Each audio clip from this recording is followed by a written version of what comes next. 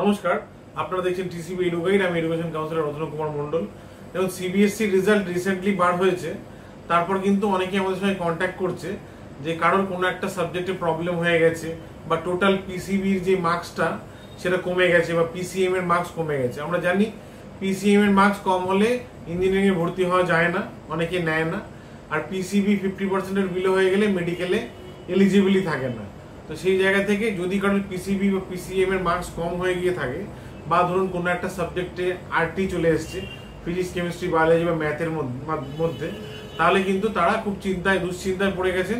কারণ কোনো কোনো ক্ষেত্রে তারা ইমপ্রুভমেন্ট দিতে পারবে যাদের আরটি এসছে, কিন্তু যাদের কিন্তু লো মার্কস এসে গেছে তাদের কিন্তু ইমপ্রুভমেন্ট দেওয়ারও সুযোগটা সিবিএসসি দিচ্ছে না।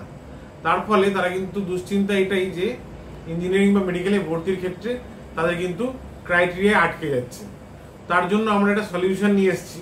সেটা হলো কিছু কিছু বোর্ড আমরা দেখছি, গভর্নমেন্ট অ্যাপ্রুভ বেশ কিছু বোর্ড, তারা কিন্তু পরীক্ষা এখনো হয়নি, বাকি আছে।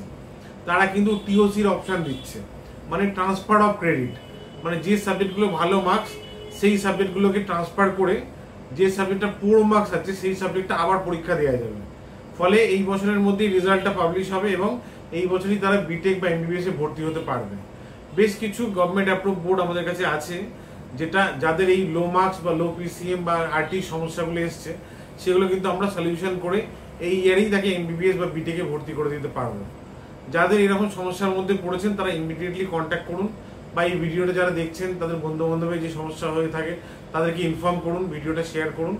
আমরা কিন্তু অথেন্টিক ওয়েতে আবার টিওসির মাধ্যমে নতুন বোর্ডে পরীক্ষা দিয়ে এই ইয়ারেই তাকে সাবজেক্টটা ক্লিয়ার করে তার ডেজায়ার যে কোর্স তাতে অ্যাডমিশন করে দিতে পারবো।